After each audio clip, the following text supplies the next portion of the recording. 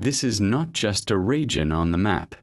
This is the Middle East, a land where history was born and never stopped bleeding. Before Europe rose, before America existed, before modern nations and borders, this land gave humanity writing, laws, religion, empires, and war. To understand today's world, you must understand the Middle East. Our story begins between two rivers, the Tigris and Euphrates. Here rose Mesopotamia, the world's first civilization. The Sumerians invented writing, cuneiform, the wheel, organized cities. Then came the Akkadians, Babylonians, and Assyrians. King Hammurabi created one of the first law codes, an eye for an eye. Power ruled this land. Empires rose and fell, one after another. But something even greater was coming. The Persian Empire rose, vast, organized, unstoppable. Then came Alexander the Great, conquering the Middle East in lightning speed. After his death, the region fractured again. Later, Rome took control, and then split into the Byzantine Empire. But in the 7th century, history changed forever. From the deserts of Arabia, a new force emerged. Islam spread with faith, discipline, vision. The Rashidun, Umayyad, and Abbasid caliphates ruled from Spain to Central Asia. Baghdad became the center of science, medicine, mathematics, philosophy. While Europe was in darkness, the Middle East was the light of the world. But power never stays united forever. The Crusades turned the Middle East into a battlefield.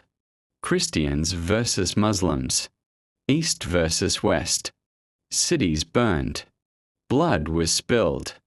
Then came the Mongols, destroying Baghdad in 1258. The Golden Age collapsed. But once again, a new empire rose. The Ottoman Empire united much of the Middle East for 400 years. It brought stability, trade, Islamic rule. Istanbul became a global capital.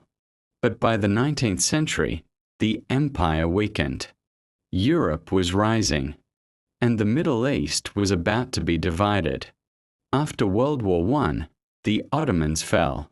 Britain and France drew borders with a pen, not caring about tribes, religion, or history. Artificial countries were created. Iraq, Syria, Jordan, Lebanon. Conflict was planted like a seed. Then came the discovery of oil, and everything changed. Oil turned the Middle East into the world's most powerful prize. Foreign powers returned.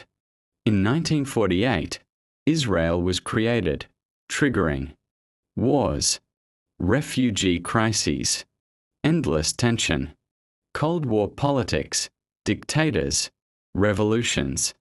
From Iran to Iraq, from Afghanistan to Palestine, the Middle East became the center of global conflict. The Middle East is not just war. It is culture, faith, resistance, survival. Empires tried to control it. Borders tried to divide it. But its people endured. Because this land doesn't just make history. After independence, the Middle East hoped for freedom. But instead, it got military coups, dictators, fear. Strongmen ruled with iron fists. Power over people. Silence over justice. Wars became normal. Peace became rare. Then came the Iranian Revolution of 1979. Religion returned as political power. The region was changing again. Violently. Iraq versus Iran. Iraq versus Kuwait. America versus Saddam. Bombs replaced diplomacy.